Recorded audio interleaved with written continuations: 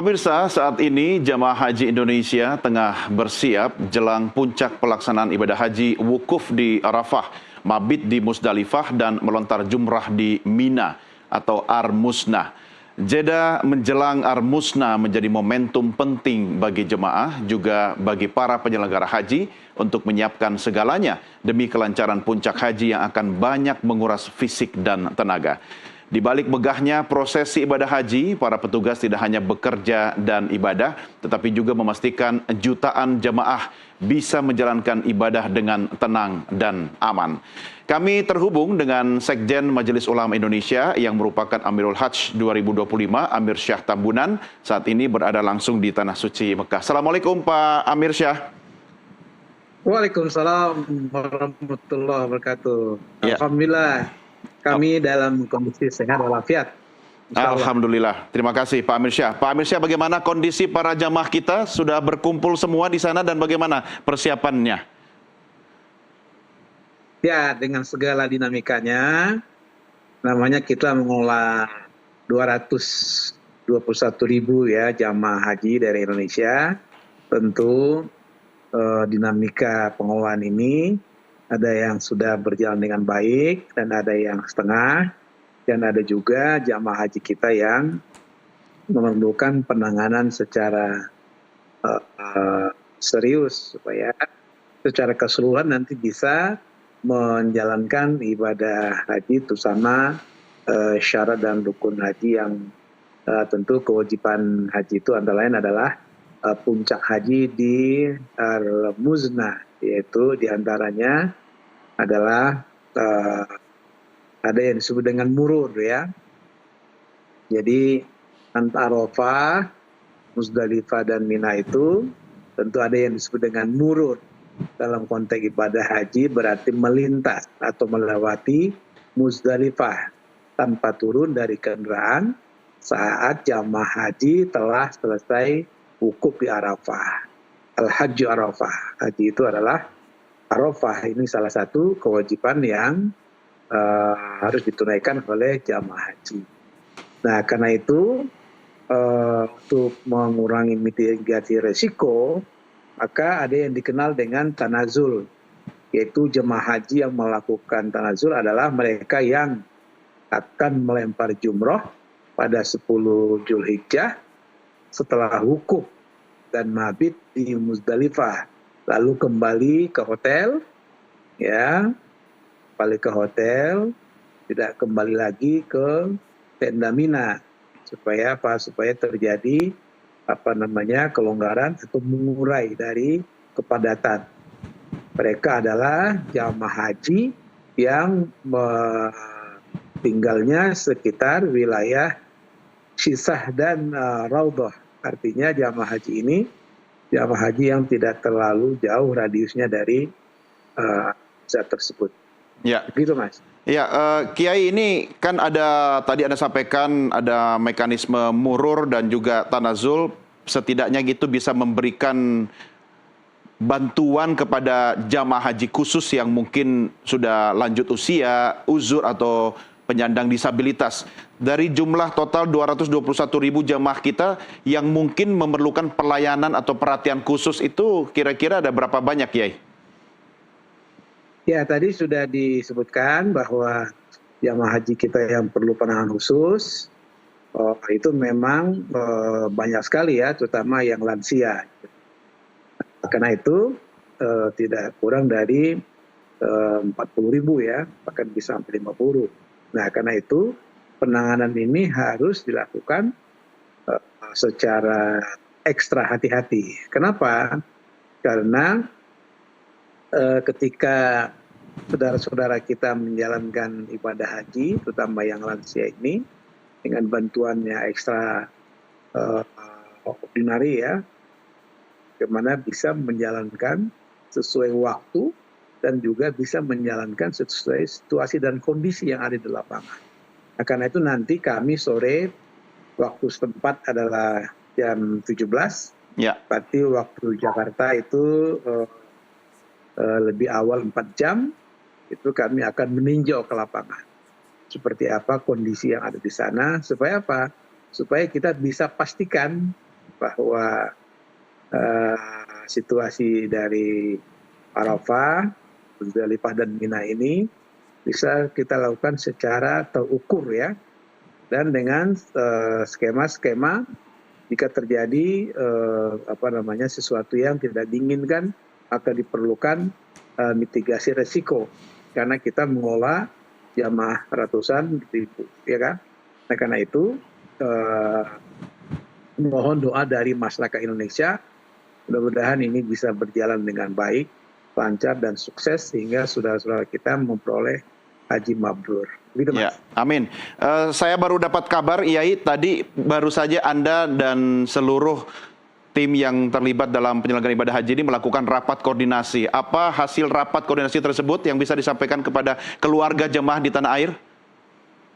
Ya, jadi tim pengawas DPR, tim WAS, lintas komisi, di antaranya komisi 1, 3, ya, 8. Nah, itu berkumpul di satu tempat bersama Kementerian Agama, lengkap dengan Wakil Menteri Agama, begitu juga Ketua dan Wakil BPH Badan Penyelenggara Haji, Gus Irfan dan Pak Dhanil Anjar, itu telah merumuskan langkah-langkah di antaranya ya, dengan segala persiapan yang telah dilakukan, diharapkan penyelenggaraan jamaah haji ini berjalan lancar, aman, tertib, sesuai apa yang telah direncanakan. Nah, termasuk juga harus dipersiapkan keperluan jamaah haji. Misalnya keperluan jamaah haji ini ada yang disebut dengan kartu nusuk, ya. Begitu juga jamaah haji dipastikan harus nanti sampai di hari Muzdalifah ini mendapatkan pelayanan ya, termasuk konsumsi, termasuk tenda-tenda. Nah, ini tidak terlepas dari kerjasama semua pihak, mulai dari pimpinan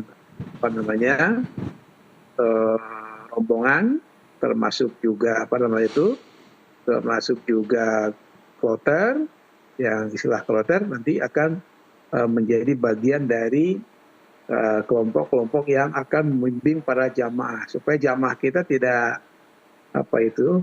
berserakan. Jadi ketertiban ini memang sangat diperlukan supaya apa? Supaya pemberangkatan dari bis dari hotel sampai kepada Al-Muznah ini bisa berjalan tepat waktu. Karena ketepatan waktu ini merupakan bagian dari kelancaran. Kalau terjadi kemacetan, satu di antara bisnya itu misalnya, maka akan mengalami antrian yang luar biasa. Karena itulah ketepatan waktu ini harus menjadi bagian dari salah satu mencegah ya, mitigasi resiko yang akan timbul di lapangan. Nah, pimpinan DPR, termasuk di situ tadi ada Ketua Komisi 8, Pak Alwanda Sopang, juga ikut memberikan masukan dan menghasilkan sebuah kesimpulan, termasuk diantaranya saudara-saudara kita juga akan melakukan apa yang kita sebut dengan penyembelihan hewan kurban yang disebut dengan DAM ya, sesuai dengan fatwa Majelis Ulama Indonesia. Begitu. Ya, Kiai, ini ada beberapa kekhawatiran kita jangan sampai terjadi kemudian jamaah haji kita di sana tercerai-berai sehingga perlu manajemen pengelolaan jamaah haji yang lebih efektif dan efisien. Bagaimana Anda melihat kesiapan untuk tahun ini sendiri, Kiai? Ya, sesuai keputusan rapat tadi dengan DPR, Amirul Hajj yang dipimpin Menteri Agama, semua langkah-langkah sudah dipersiapkan sedemikian, termasuk jika ada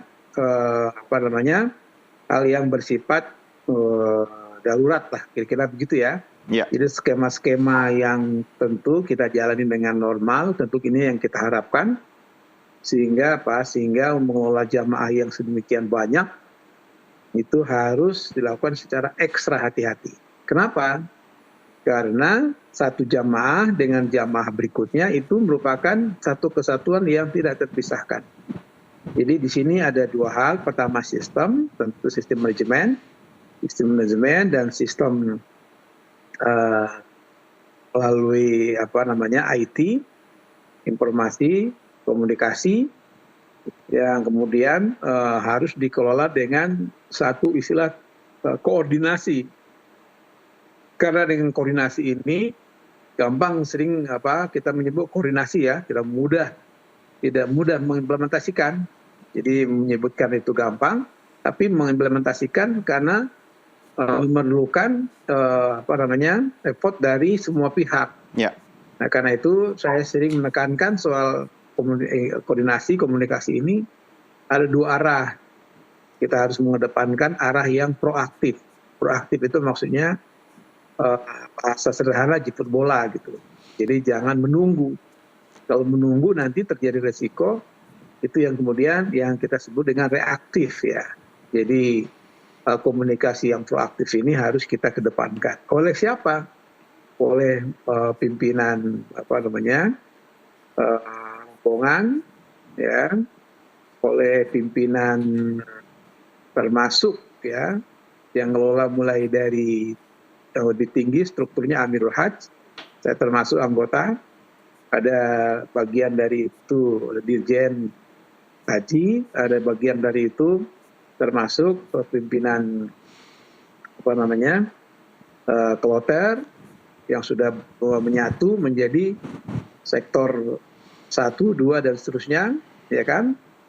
Jadi semua ini sudah dibagi tugas dengan lengkap.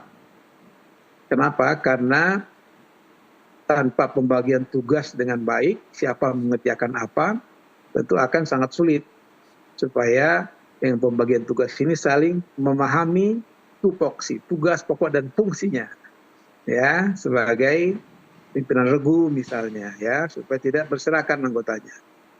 Nah, bagi yang ada jamaahnya mengalami sesuatu yang tidak diinginkan, itu harus cepat diberitahu kepada pimpinan regunya itu. Jadi sekali lagi saya berharap karena ini memerlukan kesehatan, kekuatan fisik, mental, spiritual, bahkan lebih dari itu memerlukan kesabaran yang luar biasa. Nah, karena itu jamaah kita sudah kita bekali seperti kemarin, kami masuk ke jamaah-jamaah memberikan bimbingan, ceramah, supaya jamaah kita betul dipersiapkan sedemikian ya, termasuk kesabarannya, sehingga mampu menghadapi berbagai ujian dan tantangan. Begitu, Mas. Ya, Kiai Amir Syah, saya ingin tahu juga tadi dalam rapat koordinasi, apakah ada catatan dari tim UAS Haji DPR terkait untuk upaya perbaikan di pelaksanaan haji tahun ini? Ya, salah satu catatannya yaitu misalnya pelayanan kesehatan, ya, termasuk juga kartu nusuk yang hari ini sampai besok itu semua peserta ditargetkan sudah memiliki, ya.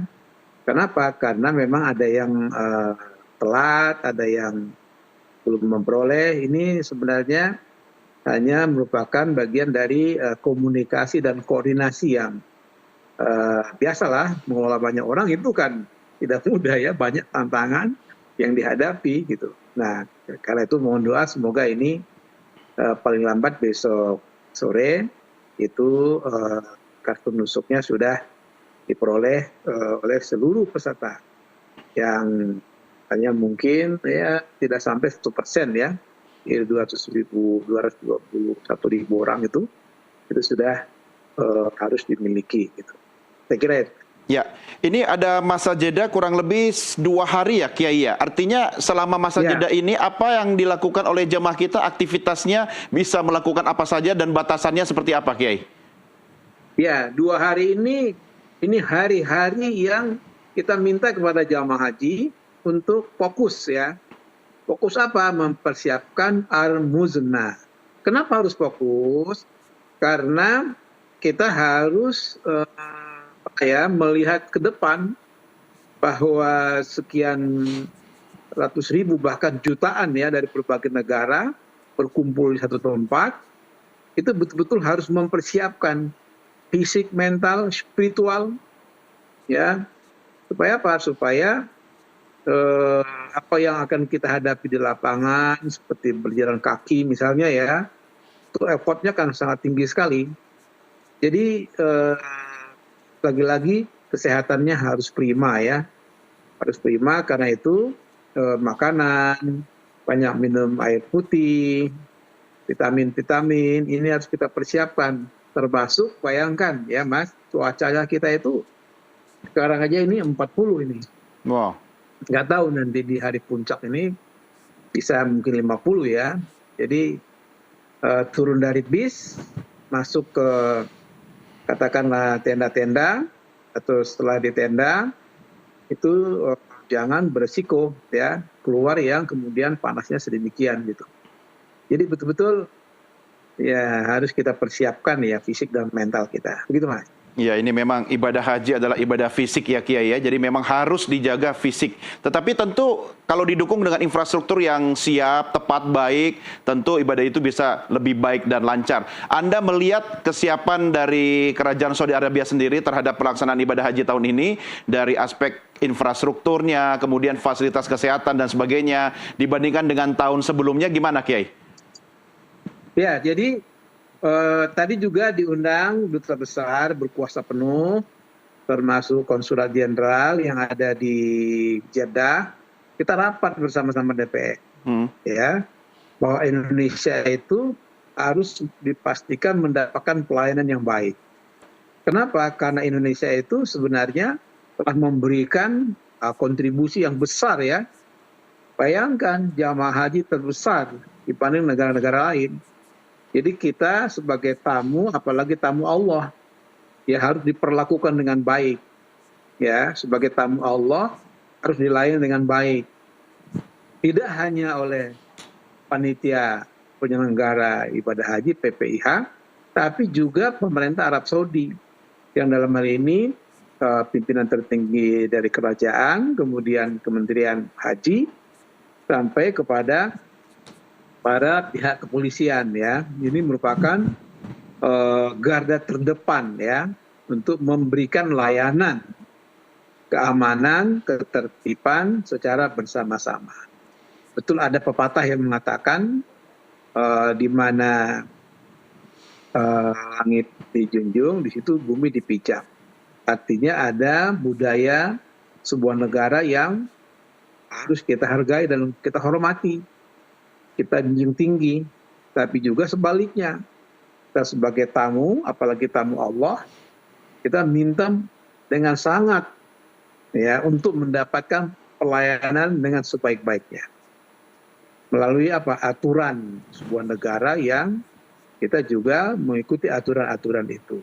Nah, soal kesehatan misalnya ya, soal kesehatan ini kita juga minta ya kepada pemerintah Arab Saudi untuk diberikan semacam keleluasaan ya memberikan pelayanan kesehatan bagi saudara-saudara kita, kecuali yang membutuhkan ya, termasuk yang membutuhkan jika membutuhkan perawatan.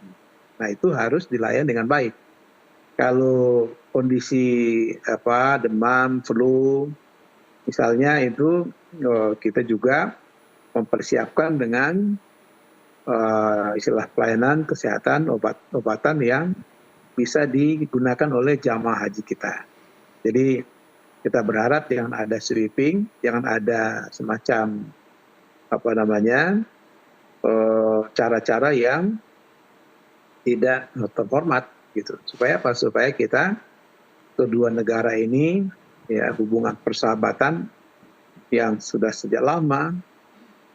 Kita sekali lagi ya berharap ini supaya jamaah haji kita dilayani dengan baik. Begitu juga kita menjunjung tinggi aturan-aturan dari pemerintah Arab Saudi yang harus kita jalankan dengan sebaik-baiknya. Jadi ini diperlukan hubungan bilateral kedua negara yang secara diplomasi kenegaraan ini termasuk hubungan yang sudah berlangsung lama. Bahkan setiap tahun, ini kan pengalaman setiap tahun ya, penyelenggaraan haji ini.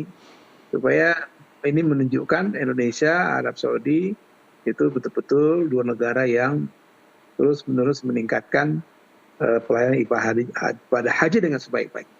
Gitu, Pak. Ya, Kiai, ini ada satu hal penting juga yang harus disampaikan kepada keluarga jamaah kita yang ada di tanah air terkait dengan jamaah kita yang khususnya sudah berusia lanjut, uzur atau lansia dan penyandang disabilitas.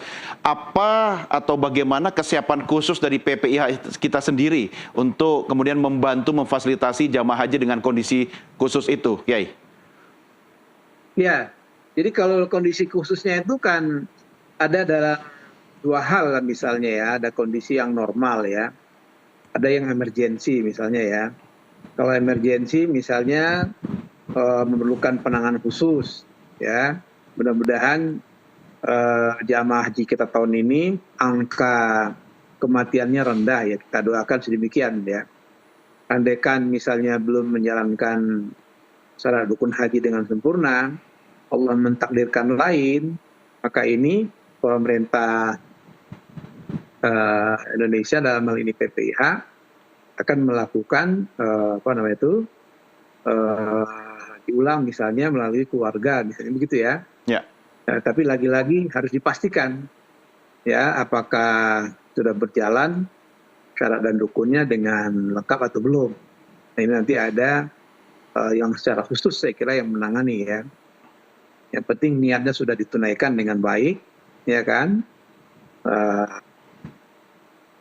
Jika kemudian ini kan sudah 100 lebih yang sudah wafat ya. Iya, betul. Nah, ini juga bagian dari penanganan khusus sebenarnya. Termasuk kalau ada yang sakit. Kalau kita lihat itu ada yang pakai kursi roda misalnya kan, itu kan penanganan khusus. Ya. Nah, kita minta diberikan semacam privilege ya supaya bisa ikut misalnya wukuf di Arafah. Begitu. Ya, ini beberapa waktu terakhir juga kan kita atau pemerintah dan juga PPIH sudah berusaha untuk adjustment ya, Kiai, dengan peraturan-peraturan dari pemerintah Kerajaan Saudi Arabia, termasuk yang batal terbitnya visa furoda untuk tahun ini. Apa yang bisa Anda sampaikan?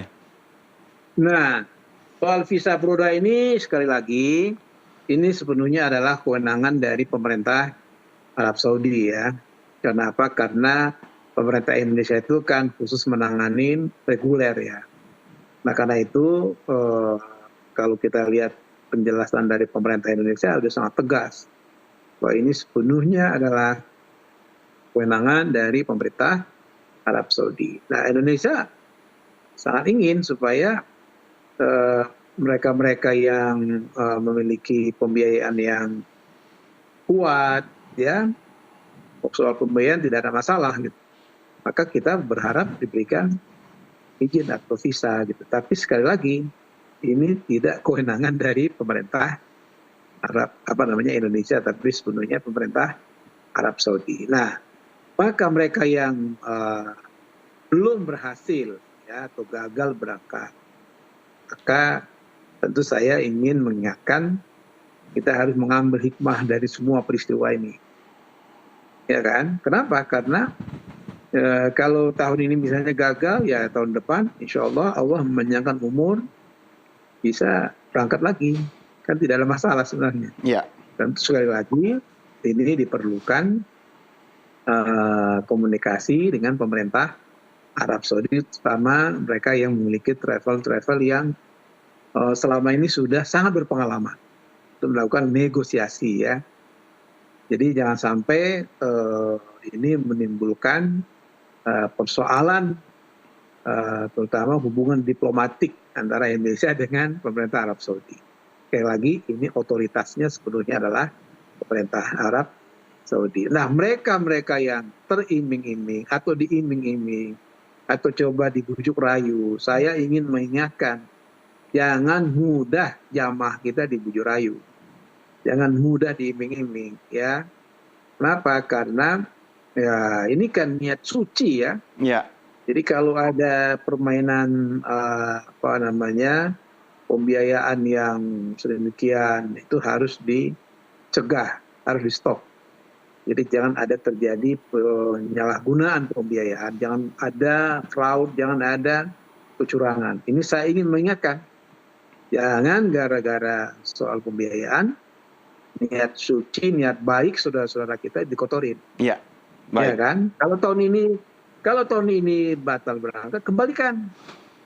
Ya kan? Karena itu haknya jamaah haji, calon jamaah haji yang terutama yang furoda itu. Begitu, Mas. Ya, ya ini memang satu hal penting Kiai yang Anda sampaikan, karena Allah tidak memanggil yang mampu, tapi memampukan yang dipanggil ya Kiai ya. Mudah-mudahan pelaksanaan ibadah haji tahun ini dan juga tahun-tahun berikutnya bisa berjalan dengan lancar dan baik.